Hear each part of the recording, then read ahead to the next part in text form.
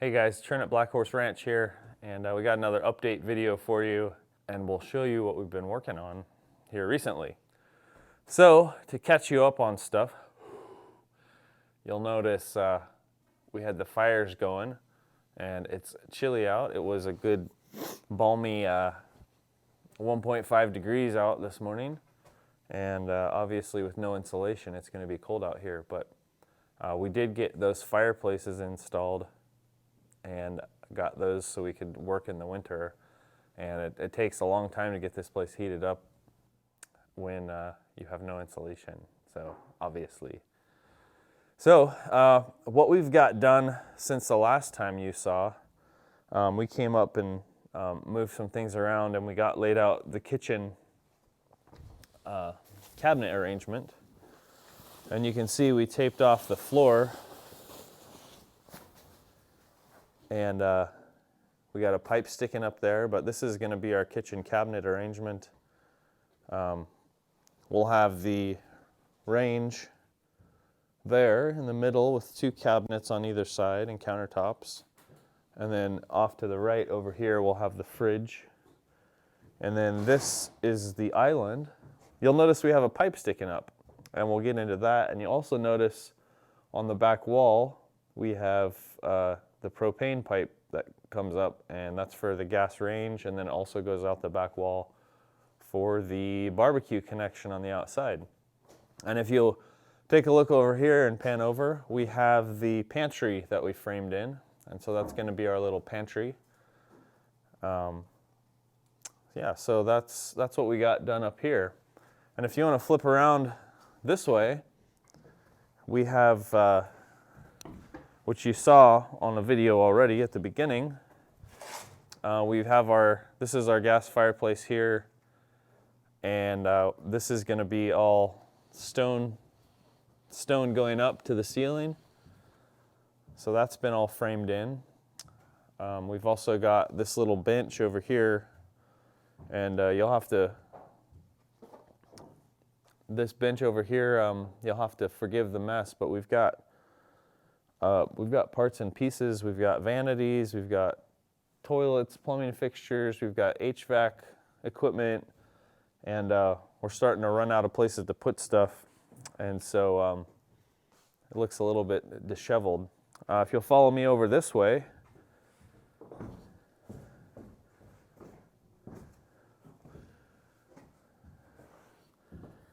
you'll see we've been working in here. We've got this is the upstairs bathroom.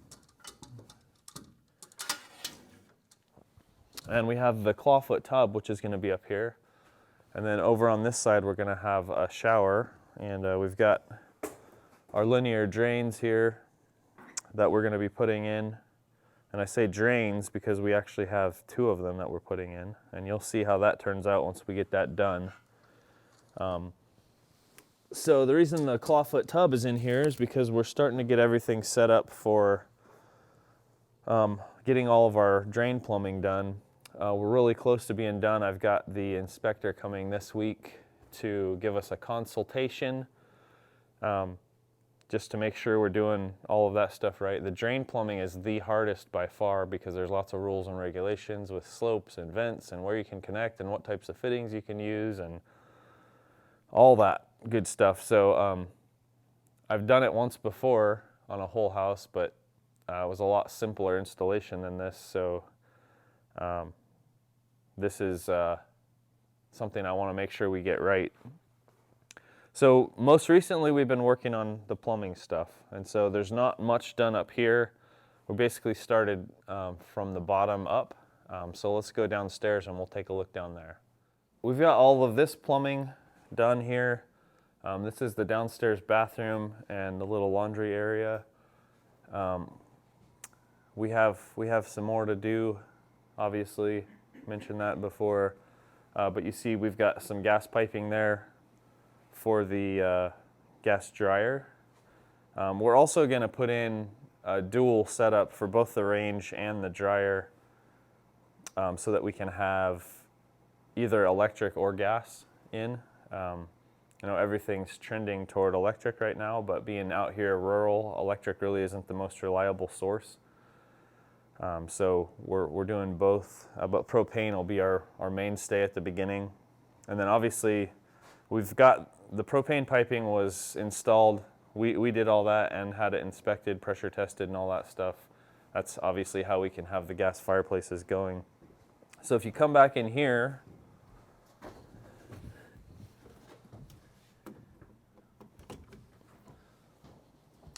this is going to be our little kind of mechanical room.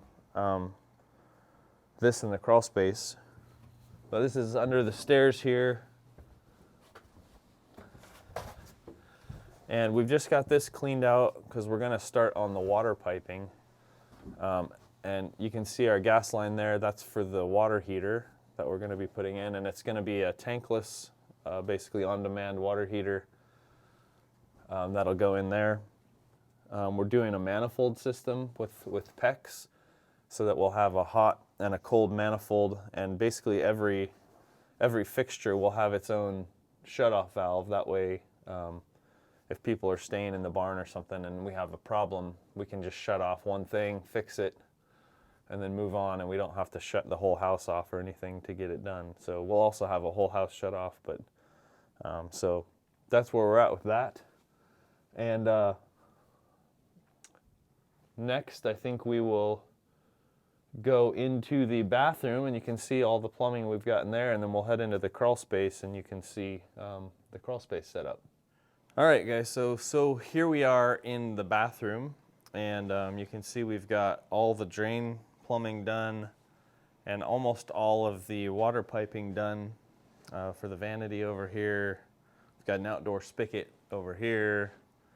We've got the shower stuff done, the floor drains. The only thing we have left here is the toilet over there. So we're getting really close. We've got some venting stuff to do still, but we're getting really close to being ready for the rough-in inspection. So we'll go ahead and take you down into the crawl space now. All right, guys, so here we are in the crawl space. You can see all the water piping that we've got and all of the drain lines that are in. So the crawl space is completely finished with the exception of the main water connection, and then just tidying up these pipes right here when we get ready to install our manifolds upstairs. The main water connection is here in the corner. We'll come up, and then there'll be a whole house water filter. But before that, before we tap in for the water filter, we have these two lines here, which are for outdoor faucets. So that way we don't get those after the water filter. And yeah, so that's about all. You can hear the dehumidifier in the background. And we still have to do our heat recovery ventilator that goes down here, and a little bit of our ventilation ductwork. And then we're going to also hang some permanent lights in here, but we won't be back down here after we get the HVAC and the plumbing done until we start working on electrical again. So a lot of stuff happened down here. We spent a lot of time down in the crawl space. And even though this is a nice crawl space, it does get hard on the knees after a while. Right, Jax? That's a nodded yes. All right, we'll head back to the upstairs and we'll show you what we got up there. Okay, guys, so here's the upstairs. Couple of difficult things that we have up here. In this wall here, we don't have any way to go up with a vent because we have this stair stringer sitting on top of our wall. And so we had to do what's called a loop vent. Idaho is governed by the Uniform Plumbing Code instead of the International Plumbing Code. And so other codes allow you to put an air admittance valve in situations like this, but the Uniform Plumbing Code only allows that on a true like island kitchen sink. So we had to do the loop vent, which is a little bit more difficult. And then also having 2x8 floor joists made that really hard to get all the fittings in there. And the inspector worked with us a bit on that to make sure we could get it done right.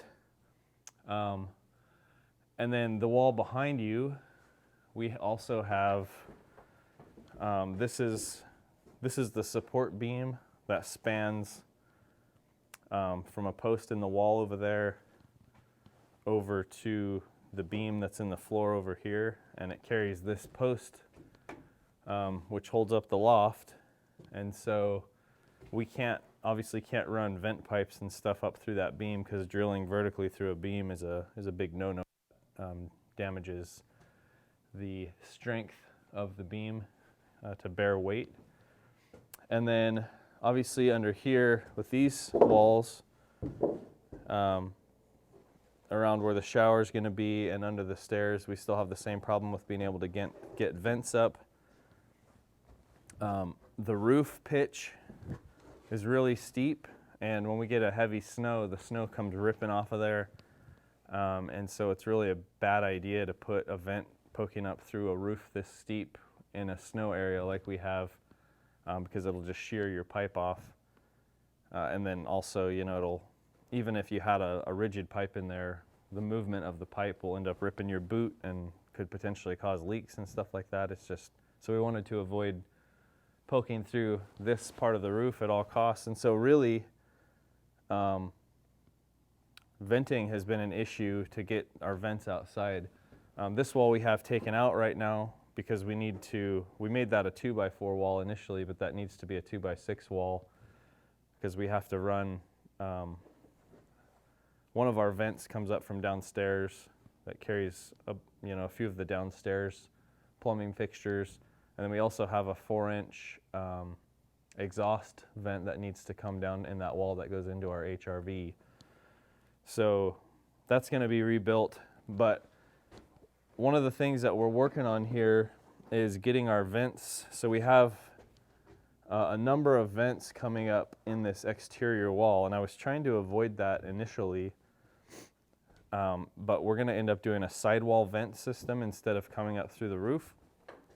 And so we've had to figure that out with the inspector as well. It's not a thing that's done very commonly. But what we're going to end up having to do is we're going to have to come up the wall, pretty almost to the bottom of our double top plate here. And we'll go out, and that'll put us inside the eave on the outside. And then we'll have to bring a 90 down, and we'll poke through the bottom of the eave. So that's all coordinated with the inspector, and then we'll have a screen on the end of that pipe to keep animals out, or whatever, birds and stuff. So we've got this bird block out. It's all enclosed with the fascia and the soffits and everything outside, so we're not worried about that. So we're going to end up having to take a couple of those bird blocks out so that we can get in there and do the plumbing. But as far as everything else goes, we've got the shower piping installed, the toilet, and we just have the bathtub water piping here to do. But we also have a little issue with this wall that we didn't notice during construction when we were replacing these studs. And so I don't know if you can see this right here, but one of our top plates is out like almost an inch. And we're going to keep that from moving any further, but basically the floor was installed, the whole floor system, with this stud as it is in this spot. And so there's no way we can push that back out, and there's no way we can pull the top plate back in. So what we need to do on this wall is fur it out so that it's straight. It's going to be probably tiled. So we can't mount the fixture for the tub on there yet, because that'll change the depth of how far that fixture is inside the wall when we fur this out. So I initially was going to try to keep all my plumbing out of exterior walls just for freeze protection. What I ended up doing on the plumbing that is in the exterior walls, I tried to bring it as close to the inside as possible. And since we're doing spray foam, it's only going to be 3 inches thick of insulation in that wall. So we still shouldn't have any issues. It should still definitely get more building heat before it gets cold from the outside. So once we get all of the vents popped outside and terminated, we'll have to cap them temporarily so that we can do a pressure test. So the inspector said we can do a 5 psi pressure test. It's got to hold for 20 minutes. And obviously we want to make sure nothing's leaking too. So that's what we'll be doing next. And that's about it for this update now. Next thing, I've got an HVAC guy that I talked to that's going to help us with the ductwork and the HRV and running our line sets for our mini splits that we're going to be doing. So that's kind of the next order of business once the plumbing's taken care of. And then once all that hard stuff is out of the way, then we can hit electrical pretty hard. So here's the kitchen. This is the island. This is the only water plumbing that goes in here. And right now we just have a test cap on here, but this will eventually get the connection for the drain piping and the sink, and then also the air admittance valve. And that'll all be underneath the sink. And then we've got our hot and our cold stubbed up. And that's about it. So that's all we got for you on this update. We'll catch up with you again when we start doing HVAC and get you a little more content. Take care. Thanks for watching. We'll see you.